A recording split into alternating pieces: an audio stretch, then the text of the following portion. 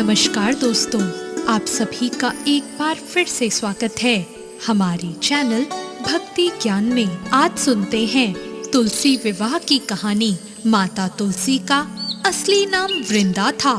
उनका जन्म राक्षस कुल में हुआ था, लेकिन वो श्री हरि विष्णु की परम भक्त थी।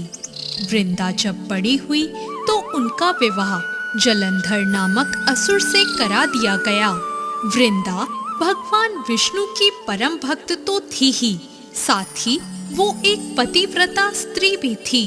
उनकी भक्ति और पूजा के कारण उनका पति जलंधर अजय होता गया और इसके चलते उसे अपनी शक्तियों पर अभिमान हो गया और उसने स्वर्ग पर आक्रमण करके देव कन्याओं को अपने अधिकार में ले लिया। इससे क्रोधित होकर सभी देव भगवान श्री हरि विष्णु की शरण में गए और जलंधर के आतंक को अंत करने के लिए प्रार्थना करने लगे।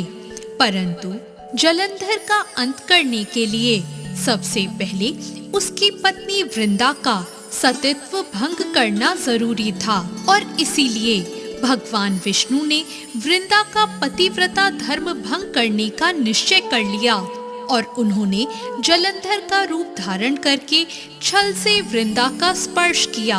वृंदा का पति जलंधर देवताओं के पराक्रम से युद्ध कर रहा था, लेकिन वृंदा का सतीत्व नष्ट होते ही वो मारा गया।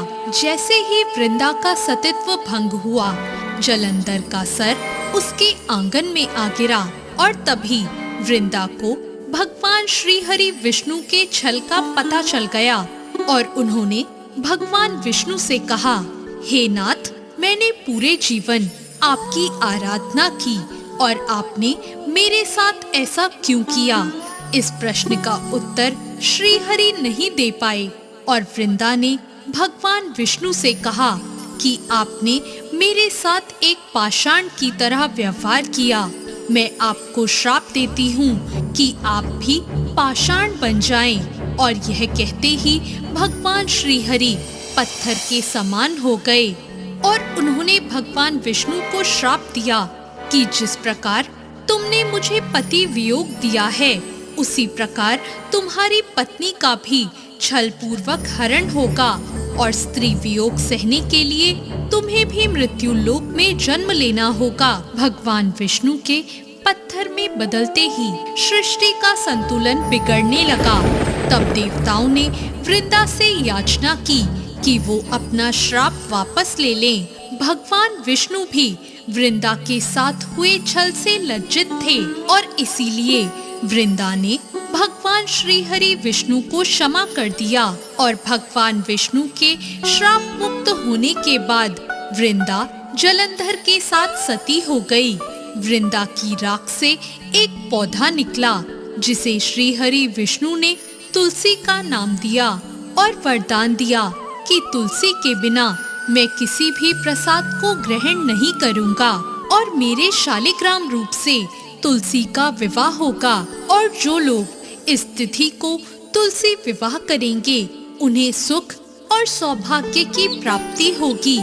माना जाता है कि वृंदा के श्राप से ही प्रभु श्री राम ने अयोध्या में जन्म लिया और उन्हें सीता वियोग सहना पड़ा था।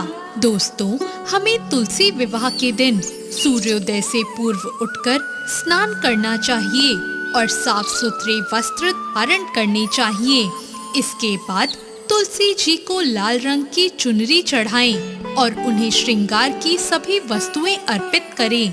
यह सब करने के बाद शालिग्राम जी को तुलसी के पौधे में स्थापित करें। इसके बाद पंडित जी के द्वारा तुलसी और शालिग्राम का विवाह पूरे रीति रिवाज से कराया जाता है। विवाह के समय पुरुष को शालिग्राम और स्त्री को तुलसी जी को हाथ में लेकर 7 फेरे कराने चाहिए और विवाह संपन्न होने के बाद तुलसी जी की आरती करनी चाहिए।